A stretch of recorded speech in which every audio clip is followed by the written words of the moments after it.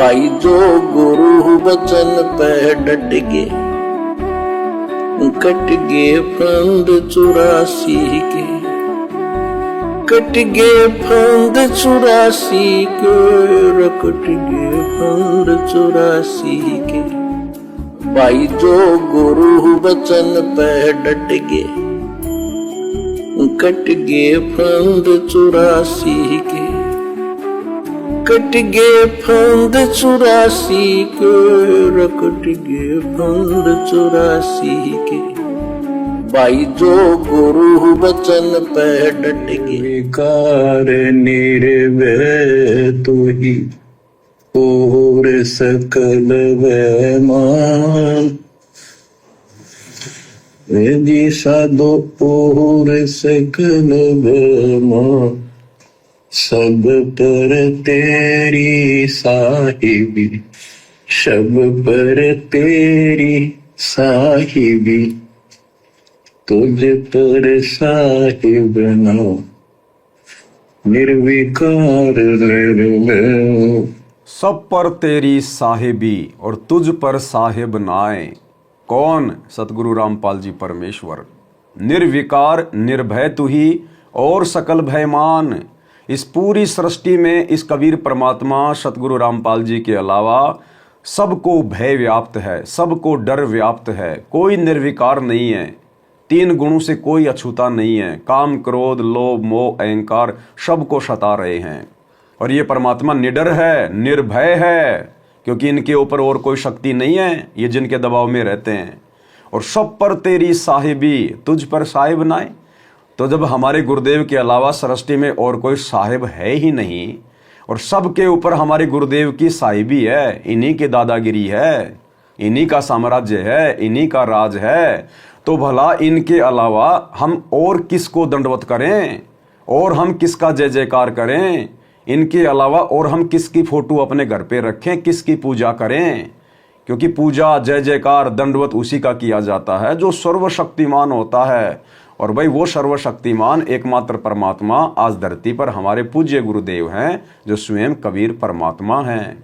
तो हमने तो सीधा सीधा जो कनेक्शन है वो अपने गुरुदेव से स्थापित करना है। बाकी जितने भी महापुरुष हैं, उनकी फोटोएं हैं, ये सब गुरुदेव ने हमें भक्ति का पाठ पढ़ाने के लिए उन फोटोओं को यूज किया है, उन महापुरुषों का नाम यूज किया है।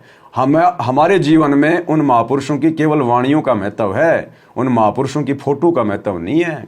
उन महापुरुषों की जय जयकार करने से, उनको दंडवत करने से हम पतिव्रता पद से नीचे गिर जाएंगे, क्योंकि वे हमारे लिए मुर्दा हैं, मुर्दा। वे आज धरती पे प्रकट नहीं हैं। हमारे लिए तो वक्त गुरु सबसे महत्व है, वक्त गुरु। परमपिता परमात्मा कबीर जी की ऐसी मर्यादा से बच्चों, पुण्यात्माओं, आपको उस परमपिता समर्थ सक्षम ठाडे की शरण प्राप्त हुई है। आज हमें शरण किसकी प्राप्त हुई है? अपने गुरु जी की, क्योंकि हमने नाम किससे लिया? गुरु जी की। तो हम शरण में किसके? गुरु जी की। और गुरुदेव क्या कह रहे हैं कि परमपिता परमेश्वर कबीर जी की दया से बच्चों तुम्हें उस कबीर परमात्मा की शरण प्राप्त हुई है, उस ठाडे भगवान की शरण जो है प्राप्त हुई है। तो कौन है वो ठाडा भगवान? कौन है वो समर्थ भगवान? कौन है वो कबीर भगवान? आज हमें जिसकी शरण प्राप्त हुई है, हमारे गुरुदेव। और गुरु की कृपा से ही हुई है, क्योंकि गुरु स्वयं कबीर परमात्मा है और अपने आप को छुपाकर इस प्रकार से परमेश्वर अपने दूसरे रूप को महत्व दे रहे हैं, जिसे दुनिया कबीर दास के नाम से जानती है, मानती है, एक दाढ़ी मूछ वाली फोटो। तो कह रहे कि परमपिता परमेश्वर समर्थ भगवान कबीर की दया से बच्चों तुम्हें कबीर परमात्मा की शरण प्राप्त हुई है। तो किसकी दया से शरण प्राप्त हुई? कबीर परमात्मा की दया से। तो हमारे ऊपर तो गुरु जी की दया हुई ना, क्योंकि हमने तो गुरु जी के सत्संग सुन के उनकी शरण ली है। तो गुरु जी की दया से और गुरु जी की ही हमें शरण प्राप्त हुई है, क्योंकि नाम उपदेश भी हमने अपने गुरु का लिया है। तो सतगुरु रामपाल जी भगवान की दया से और सतगुरु रामपाल जी भगवान की दया से ही हमें उनकी शरण प्राप्त हुई है, यानी कबीर परमात्मा की दया से कबीर परमात्मा की ही हमें शरण प्राप्त हुई है। आप उसकी बांह छुड़वा ना देना, वो जो बांह जिसकी पकड़ लेता उसको पार करके छोड़ता है। परमात्मा कहते हैं आप उस परमात्मा की बाँ को छोड़ मत देना। लेकिन भाई और बहनों, हमने तो उल्टा अपने गुरुदेव से हाथ जोड़कर आधीनी के साथ प्रार्थना करनी है कि हे परमेश्वर, हे गुरुदेव, हे मालिक, हमारे हाथ तो बहुत कमजोर हैं। परमात्मा, हम कैसे आपकी बाँ को पकड़ सकते हैं? हे परमेश्वर, आप दया करो। हे गुरुदेव, आप हम कमजोर जीवों की बाँ को परमात्मा जो है पकड़िए। परमेश्वर, आप यदि पकड़ लेंगे तो सृष्टि में दूसरा कोई छुड़वाने वाला नहीं है। यदि हमने पकड़ लिया तो परमात्मा, हम तो कमजोर जीव हैं, कभी भी छूट जाओगे मालिक। हम तो 3 गुणों के अधीन हैं, 5 तत्वों के अधीन हैं। हमारे ऊपर तो परमात्मा शक्तियां ही शक्तियां हैं। लेकिन आप सर्वमान हैं, सर्वशक्तिमान है, आपके ऊपर कोई साहिब नहीं है। ये परमात्मा, आप जिसका हाथ पकड़ लोगे, आप जिसको अपना मान लोगे, दीनन के जी दयाल भक्ति बिरद दीजिए, खाने जात गुलाम हूं अपना कर जानिए। ये परमात्मा, आप हमें अपना मान लो। हमने तो आपको मान लिया परमात्मा, जितना हमारा सामर्थ्य है, जितनी हमारी औकात है, आपके सत्संग सुन के, आपके विचार सुनकर। बाकी परमेश्वर, फाइनल तो आपने ही हम जीवों को अपना मानना पड़ेगा, आपने ही हमारी बाँ पकड़नी पड़ेगी परमेश्वर, तभी हम भवसागर से पार हो पाएंगे। आप उसकी बाँ छुड़वा ना देना। वो जो बाँ जिसकी पकड़ लेता उसको पार करके छोड़ता है। और निवेदन करते हैं हम, कबीर अंतर्यामी एक तू आत्म के आधार, जो तुम छोड़ो हाथ तो कौन उतारे पार। हे परमात्मा, यदि तू हमारी बाँ छोड़ देगा, हमारा हाथ छोड़ देगा, फिर हमारा इस संसार में है भी कौन, हमें कौन। और परमात्मा यानी गुरुदेव भगवान भगत की बाँ उस समय छोड़ेगा। देखो, बात तो हमारी परमात्मा ने पकड़ ली, यानी हमें उपदेश दे दिया, अपनी शरण में ले लिया, इसको कहते हैं बाँ पकड़ना। अब यदि हम छुड़वाएंगे अपनी गलती से, तो वो कैसे छुड़वाएंगे? गुरु की मर्यादा तोड़कर, गुरु को परमात्मा ना मानकर, इस भक्ति मार्ग को और सतगुरु को हल्के में लेकर।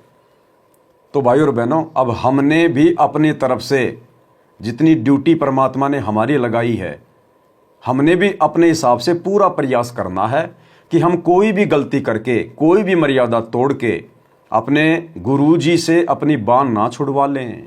क्योंकि ये परमात्मा का ऑटोमेटिक सिस्टम है, काल के साथ परमात्मा का नियम है, एग्रीमेंट है कि परमात्मा जो आपके ज्ञान में रहे, ज्ञान में रहने का मतलब जो आपकी शरण में रहे, जो आपकी मर्यादा में रहे, जो आपको परमात्मा माने, आपके सिवा जिसे कुछ भी दिखाई ना दे, परमात्मा ऐसे भक्तों को आप सतलोक लेकर जा सकते हैं।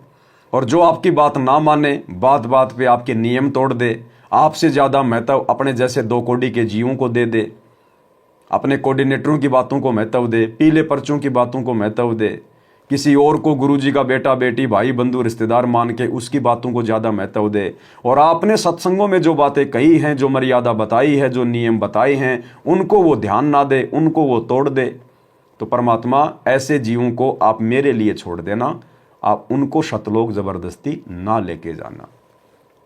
तो भाई और बहनों, अब हमने पूरे प्रयास के साथ, और जितनी गुरुदेव भगवान ने हमें शिक्षा दी है, दीक्षा दी है, जो धर्म कर्म करने के लिए हमें गुरुदेव ने आदेशित किया है, हमने अपनी तरफ से पूरी कोशिश करनी है। बाकी काम फिर गुरुदेव भगवान का है, परमात्मा देख लेगा फिर कि इस बच्चे को जितनी जिम्मेदारी दी गई है ये तन मन धन से निभा रहा है, बाकी काम फिर समर्थ का है, फिर आगे का। जो गुरु वचन पे डट गए, कट गए फंद 84 के, कट गए फंद 84 के, कट गए फंद 84 के। भाई जो गुरु वचन पे डट गए, कट गए फंद 84 के, कट गए फंद 84 के, कट गए फंद 84 के। भाई जो गुरु वचन पे डट गए,